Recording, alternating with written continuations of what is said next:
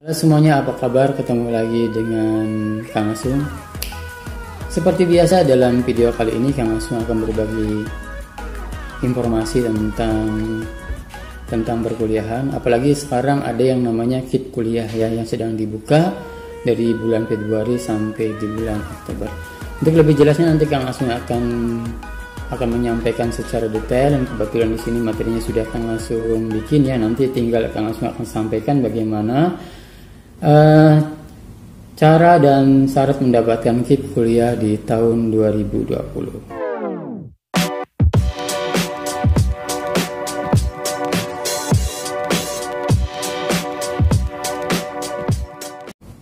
Bagaimana kabarnya minggu sekarang teman-teman?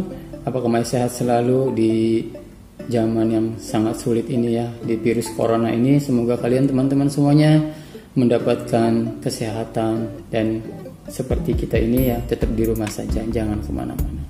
Untuk kali ini Kang Asung akan bercerita atau menyampaikan bahwa cara dan syarat mendapatkan kit kuliah di tahun 2020. Bagaimana caranya nanti Kang Asung akan sampaikan di video ini, dan juga ada link deskripsi yang di bawah ini tentang menyangkut bagaimana kit kuliah itu yang harus didapat oleh calon mahasiswa ya. Di sini dijelaskan bahwa yang namanya kit kuliah adalah bantuan ya. Bantuan biaya pendidikan bagi lulusan SMA atau sederajat yang memiliki potensi akademik baik tetapi memiliki keterbatasan ekonomi. Jadi kit kuliah sendiri itu tergolong adalah untuk anak yang mempunyai potensi baik di akademiknya atau berprestasi, tapi dia tergolong anak yang kurang mampu. Di sini juga dijelaskan bahwa kit kuliah berbeda dari beasiswa yang fokus pada memberi penghargaan atau dukungan dana terhadap mereka yang berprestasi. Jadi di sini fokuskan secara khusus bahwa kit kuliah sendiri adalah untuk mereka-mereka yang berprestasi, tetapi dia anak tersebut atau yang mendapatkan kit ini adalah betul-betul anak yang memang kurang mampu atau memang ekonominya di bawah atau memang terbatasan ekonomi seperti itu. Meski demikian, ini syarat prestasi pada kit kuliah juga bertujuan untuk menjamin bahwa penerima kit kuliah seleksi dari yang benar-benar mempunyai potensi dan kemauan. Nah, di sini untuk menyelesaikan pendidikan tinggi. Lantas apa aja yang harus kita persiapkan untuk mendapatkan kit kuliah tersebut? Teman-teman juga bisa melihat di lamannya langsung untuk mendaftarkan atau untuk membaca lebih detail, karena Kang Asung juga membaca dari sana. Di sini lamannya adalah https://kit-kuliah.kemendikbud.go.id ya. Di sini tertera di sana ada jadwal tentang kartu Indonesia Pintar ini, tanggal dibukanya dan juga tanggal ditutupnya. Nah, di sini pendaftaran akun siswa kit kuliah itu dibuka dari tanggal 26 Februari 2020 dan ditutup tanggal 30 Oktober 2020. Jadi teman-teman masih mempunyai kesempatan untuk mendaftarkan kit kuliah. Dan di sini juga nanti Kang Asung akan menjelaskan bagaimana cara daftar kit kuliah. Nanti Kang Asung akan baca secara detail. Nah, sambil dijelaskan lebih lanjut ya. Mungkin teman-teman jangan di skip videonya biar tahu akan seperti apa kit kuliah ini. Selanjutnya, cara mendaftar kit kuliah. Nah, di sini pada poin pertama, siswa dapat langsung melakukan pendaftaran secara mandiri di web sistem kit kuliah pada laman kit.kemendikbud.go.id atau melalui kit kuliah yang ada di mobile aplikasi ya. Ini katanya akan segera ada di Google Play Store. Jadi nanti teman-teman bisa langsung menginstal di Google Play Store tentang kit kuliah tersebut. Nah, di poin kedua dalam cara daftar kit kuliah, saat pendaftaran siswa memasukkan nomor induk kependudukan yaitu NIK. Nah, di sini NIK itu bisa didapat dari KTP. Kalau belum mempunyai KTP bisa dilihat dari KK, yaitu kartu keluarga. Selanjutnya siswa menginputkan juga nomor induk siswa nasional atau dikenal dengan NISN. Nah, di sini NISN biasanya dari mulai SD juga sudah ada, teman-teman ya. Terus selanjutnya menginput atau memasukkan yaitu nomor pokok sekolah nasional atau NPSN. Dan nomor pokok nasional ini adalah bisa didapat dari kelas SMA, yaitu dari sekolahan SMA tersebut. Dan alamat email yang valid dan aktif. Untuk perhatikan untuk teman-teman, ada kejadian yang sudah mendaftar tetapi emailnya itu salah atau tidak bisa dibuka. Sangat sayang sekali itu. Jadi dia menghubungin kontak person yang ada di Kemendikbud tersebut, dan itu sangat lama sekali jawabannya ya. Sangat sayang. Jadi usahakan sebelum mendaftar email tersebut betul-betul valid dan bisa dibuka gitu. Selanjutnya di poin ketiga, sistem KIP kuliah akan melakukan memvalidasi yang NIK, NISN dan NPSN tadi yang sudah teman-teman input. Nah, di sini pihak dari pemerintah Kemendikbud serta kelayakan mendapatkan KIP kuliah. Jadi kalau misalkan data tersebut adalah betul, maka dipastikan ada tulisan valid ya. Jadi tidak ada merah ataupun ditolak. Karena teman-teman ada yang ditolak di pas menginputkan NIK tersebut, NIK tidak terdaftar. Jadi nanti kalau NIK tidak terdaftar, teman-teman bisa langsung ke pihak kecamatan. Jadi teman-teman bisa ke pihak kecamatan itu minta di print kartu keluarganya, apakah NIK-nya itu berubah atau tidak. Nah, selanjutnya di poin keempat, jika proses validasi berhasil nih, sistem KIP kuliah selanjutnya akan mengirimkan nomor pendaftaran dan kode akses ke alamat email yang didaftarkan. Nah, tadi kalau misalkan teman-teman alamat emailnya itu adalah benar, maka akan langsung masuk di situ ya nomor pendaftaran. Jadi nanti bisa langsung login dan mengisi biodata melengkapi data yang ada di situ. Selanjutnya di poin kelima, siswa menyelesaikan proses pendaftaran KIP kuliah dan memilih jalur seleksi yang akan diikuti. Nah, di sini jalur yang akan diikuti itu kalau untuk PTS atau perguruan tinggi swasta berarti dia adalah mengikuti jalur mandiri ya. Di sini juga ada SMPTN, SBMPTN, SMPN dan UMPN atau juga jalur mandiri ya.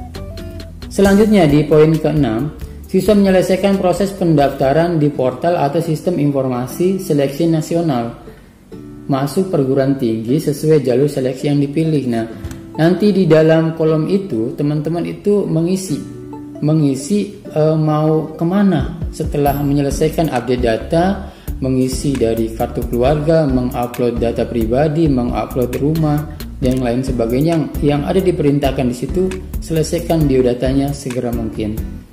Selanjutnya di poin ke-7, sebelum siswa pendaftaran KIP kuliah dibuka, itu siswa dapat melakukan pendaftaran terlebih dahulu di portal atau sistem informasi seleksi nasional. Nah, ini biasanya ada juga yang sudah pernah melakukan SMPTN dan SMMPN. Namun kita juga ini masih diperbolehkan biasanya untuk sekolah tinggi swasta atau PTS itu masih juga menggunakan ini ya. Proses sinkronisasi dengan sistem tersebut akan dilakukan kemudian dengan skema host to host. Jadi saya pastikan untuk teman-teman segera mungkin untuk mendaftarkan dirinya di online ini ya, di KIP kuliah ini. Sangat lumayan sekali ya, karena banyak sekali. Selanjutnya di poin terakhir yaitu di 8 untuk cara pendaftaran. Bagi calon penerima KIP kuliah yang telah dinyatakan diterima di perguruan tinggi, dapat dilakukan verifikasi oleh perguruan tinggi sebelum diusulkan sebagai calon mahasiswa penerima KIP kuliah. Jadi nanti ketika teman-teman sudah terdaftar di sana di KIP kuliah, nanti juga ada keterangan di situ terdaftar. Tapi kalau misalkan belum divalidasi karena tidak ikutan di SMPTN itu sudah ditutup, bisa itu menggunakan yaitu PTS ataupun perguruan tinggi swasta. Nah, yang memverifikasinya itu adalah perguruan tinggi swasta. Dilihat di situ siswa tersebut sudah terdaftar belum di KIP kuliahnya. Jika sudah, maka ketika sudah diterima di perguruan tinggi tersebut, nah sudah bisa langsung divalidasi oleh Kemendikbud ataupun pihak dari KIP kuliah tersebut. Nah, Itu adalah cara pendaftaran dalam KIP kuliah. Selanjutnya teman-teman bisa langsung melihat langsung di portalnya di Kemendikbud tersebut ya. Oke, ini cara dan syarat mendaftarkan KIP kuliah.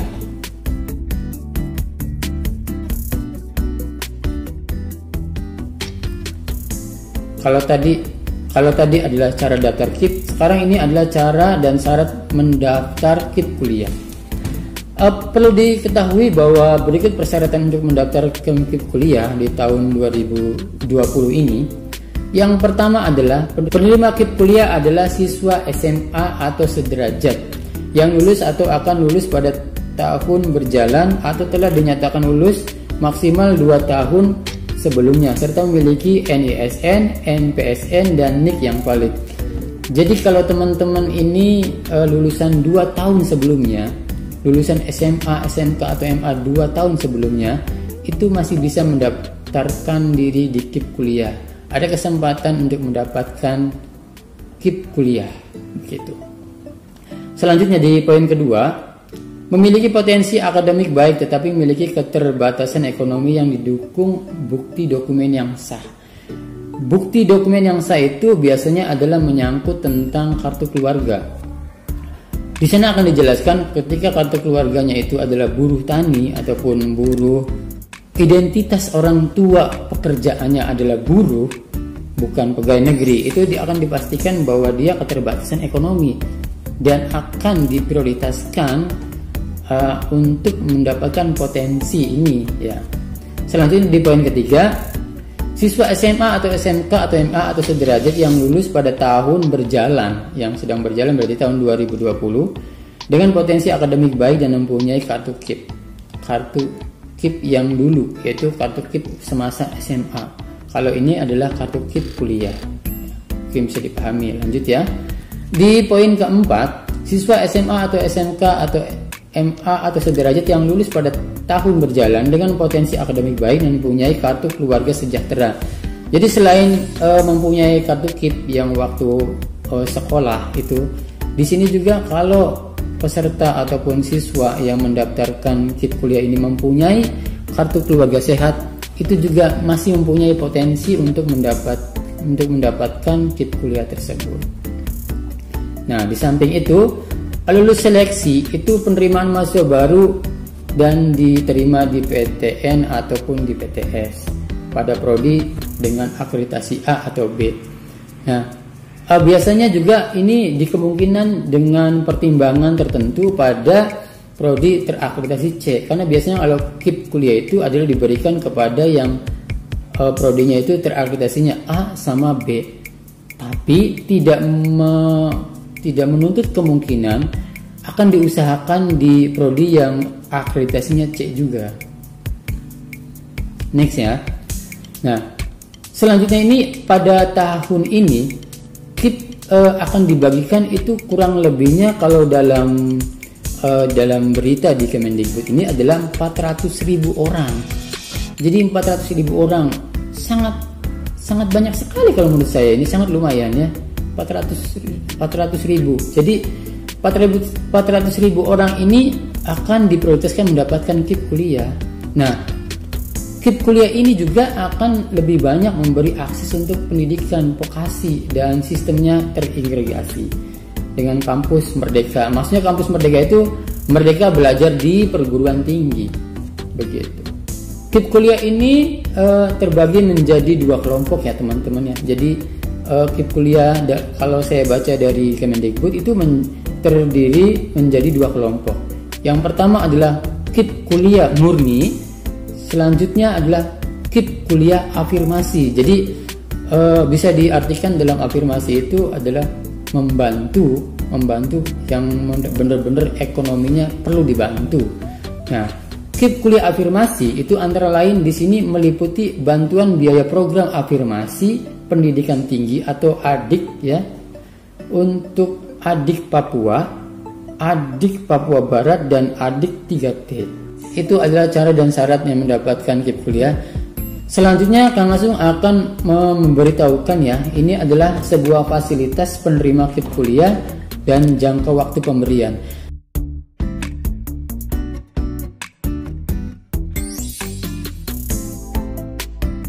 Jadi di sini akan dijelaskan sama Kang Asung, akan Kang Asung baca detail ya biar tidak ada kesalahan.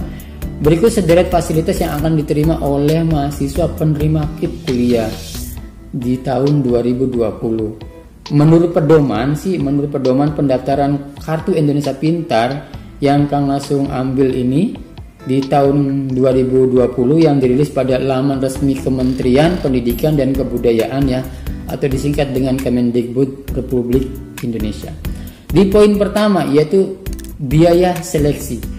Di biaya seleksi ini penerima KIP kuliah akan dibebaskan biaya pendaftaran seleksi masuk perguruan tinggi ya. Jadi dia tidak terkena biaya kuliah. Pendaftarannya nggak kena biaya kuliah. Ujian tulis berbasis komputer atau dikenal dengan UTBK serta seleksi lainnya tidak dikena biaya Rp1 pun yang diusulkan oleh masing-masing panitia dan perguruan tinggi bagi siswa yang mendaftar di Data Terpadu Kesejahteraan Sosial atau DTKS Kementerian Sosial atau Kemensos. Jadi untuk anak-anak penerima KIP kuliah, jika Anda pengen mendaftarkan di perguruan tinggi itu tidak dikenakan biaya Rp1 pun ya. Kan itu udah keputusan dari Kementerian Sosial ya. Selanjutnya yaitu biaya kuliah. Nomor 2 itu biaya kuliah. Peserta juga dibebaskan biaya kuliah atau pendidikan. Biaya tersebut akan dibayarkan langsung oleh pemerintah ke perguruan tinggi. Itu salah satunya mendapatkan KIP kuliah. Selanjutnya di poin nomor 3, biaya hidup. Selain mendapatkan biaya kuliah, yang peserta penerima KIP kuliah ini akan diberikan biaya hidup. Berapa itu? Kita baca di sini. Kang Asung akan bacakan. Tak hanya biaya masuk dan kuliah yang gratis, penerima KIP kuliah juga akan menerima bantuan biaya hidup sebesar 700.000. Wih, gila. Per bulan. Jadi 700.000 per bulan. Lumayan kan, yang biasanya ngekos 1 bulan berapa? Ada yang 600.000 ya. Berarti lumayan tuh bisa dibantu ngekosnya 600.000. Jadi 100.000 buat makan gitu ya. Atau mungkin kalau misalkan desa sendiri, misalkan contoh dia berkuliah di lokasi daerahnya sendiri, berarti kan tidak harus ngekos. Dan lumayan 700.000 ini bisa buat makan 1 bulan. Atau bisa buat belanja beli buku dan peralatan yang lainnya. Itu 3 poin yang akan didapatkan oleh penerima KIP kuliah. Namun jangka waktu KIP kuliah ini juga perlu diperhatikan teman-teman ya. Fasilitas tersebut dapat dinikmati mahasiswa selama menjalani masa studi. Nah, di perguruan tinggi dengan ketentuan. Jadi ketentuannya itu udah dituliskan. Jadi berapa semester yang harus ditempuhnya itu. Kalau melebihi itu berarti tidak bisa, itu bayar sendiri. Jangan sampai teman-teman yang penerima KIP kuliah ini tidak bisa menyelesaikan dalam jangka waktu yang sudah ditentukan. Kita lihat dalam program reguler di poin pertama, sarjana maksimal 8 semester itu yang akan diberikan ya. Akan diberikan fasilitas atau jangka waktu KIP kuliah itu dalam menjalannya yaitu cuma sarjana di 8 semester. Itu lebih dari 8 semester bayar sendiri. Di poin kedua, diploma 4 yaitu maksimal 8 semester juga. Di poin ketiga, diploma 3 yaitu maksimal 6 semester, diploma 2 maksimal 4 semester, dan diploma 1 maksimal 2 semester. Jadi ini sudah ditentukan dalam program reguler yaitu berapa semester yang akan diterima oleh KIP kuliah tersebut. Program reguler ini juga ada penerima KIP kuliah itu di program profesi. Baik, Kang langsung bacakan ya. Di poin pertama, dokter maksimal 4 semester. Jadi kalau misalkan lebih dari 4 semester, nah di jurusan dokter ini silakan, yaitu bayar sendiri. Misalkan dia lulusnya di semester 6, berarti 2 semester itu bayar sendiri. Selanjutnya di dokter gigi maksimal 4 semester juga. Dokter hewan juga maksimal 4 semester juga. Dia nurse maksimal 2 semester. Di apoteker maksimal 2 semester dan guru maksimal 2 semester. Nah, di poin-poin ini teman-teman yang belum mendaftarkan di KIP kuliah, yaitu silakan teman-teman menghubungi lamanya itu, yaitu langsung di searching di Google juga bisa ya, KIP kuliah. Nanti di Google itu akan diarahkan langsung ke lamanya itu, atau langsung di link deskripsi video yang saya ini juga ada. Nanti saya akan masukkan di sini. Dan ketika teman-teman itu mempunyai kesalahan seperti menginputkan nilai salah, yaitu alamat emailnya salah, itu dikirim langsung salah. Dan cara pembetulannya, makanya jangan sampai salah. Tapi kalau sudah terlanjur salah menginputkan data pribadi emailnya itu tidak bisa dibuka, teman-teman bisa langsung menghubungin pusat layanan biaya pendidikan. Di sini ada di Kementerian Pendidikan Kebudayaan Republik Indonesia itu ada. Nanti kalau mau datang langsung silakan di Gedung C lantai 13 Jalan Jenderal Sudirman, yaitu Senayan, Jakarta Pusat. Tapi bisa juga melalui email ataupun Instagramnya. Nanti Kang Asung akan dipasang di link deskripsi di bawah ini ya. Oke, itu aja teman-teman. Mungkin terlalu banyak ya, tapi itu Kang Asung berusaha untuk maksimal mungkin membacakannya, karena ini sifatnya penting. Banyak teman-teman yang belum mempunyai KIP kuliah ataupun belum mengetahui caranya, silakan kalau mau ditanyakan di komentar di bawah ini, nanti Kang Asung jawab ya. Nanti Kang Asung jawab langsung di situ ya. Itu aja, semoga teman-teman tidak ada terkendala dalam pendaftarannya ya. Semoga kalian semua menjadi mahasiswa yang sukses. Kalaupun ada terkendala bisa menghubungi kontak konfirmasi yang ada di bawah itu ya. Nanti Kang Asung akan diketik ataupun dipasang link deskripsinya. Oke, itu aja yang bisa Kang Asung sampaikan dalam video kali ini. Semoga bermanfaat. Sudah banyak tadi ya ngobrolnya ataupun berbicaranya, sampai mungkin terdengar bosan sekali ya. Oke, itu aja semuanya. Terima kasih. Salam pengetahuan dikit.